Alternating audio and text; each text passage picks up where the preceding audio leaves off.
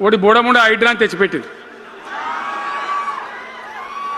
దానికి ఆ హైడ్రాకు ఆ పిసిసి ప్రెసిడెంట్ అని ఉంటాడు ఆయన, కాంగ్రెస్ కమిటీ అధ్యక్షుడు, ఆయన నిజామాబాద్లో పోయి చెప్తుండు, హైదరాబాద్లో హైడ్రా, నిజామాబాద్ కూడా తెత్తాం బిడ్డ, నిజామాబాద్లో నిడ్రా, రేపు జగిత్యాలలో కూడా జిడ్రా అంటాడు. ఇక అది ఏం కావాలి?